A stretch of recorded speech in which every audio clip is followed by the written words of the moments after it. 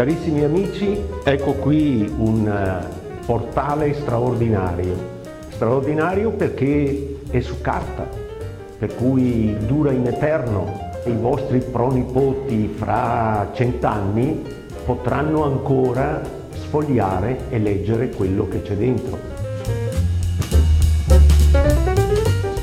Qui dentro abbiamo una serie di primati e primatisti che riguardano il Veneto, che è un elenco incredibile.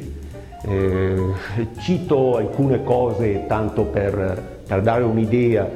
Il primo giornale del mondo esce a Venezia nel 1563, viene acquistato con 2 soldi ed è una monetina che dietro ha una piccola gazza, e per cui viene chiamato alla fine la Gazzetta, e da qui nasce in tutto il mondo la parola gazzetta, gazzettino, che l'abbiamo anche nei paesi anglosassoni e praticamente in tutto il mondo. Ma non solo questo, la prima invenzione viene tutelata da un brevetto sempre a Venezia nel 1474.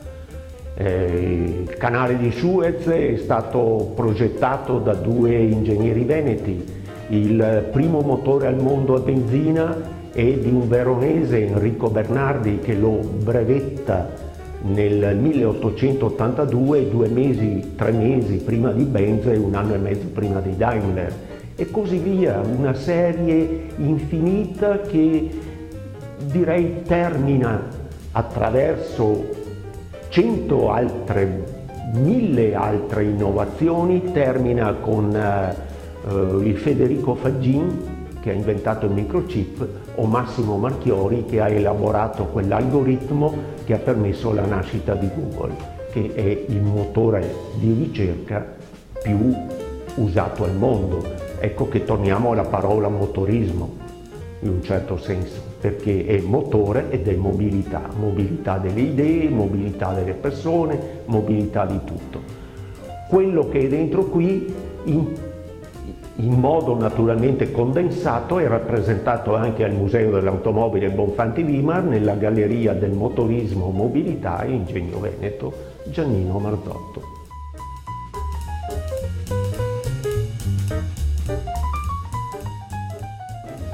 Questa è l'unica enciclopedia in Europa che tratta della tecnologia di un territorio specifico, una nostra regione, un land, un cantone o una contea o come la vogliamo chiamare.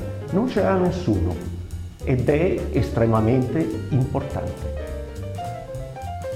Questo in sostanza è stato definito un portale internet, è vero, è un portale internet però su carta. E questo si può regalare, tanto che la Regione Veneto ha chiesto di poterne avere un numero cospicuo di copie.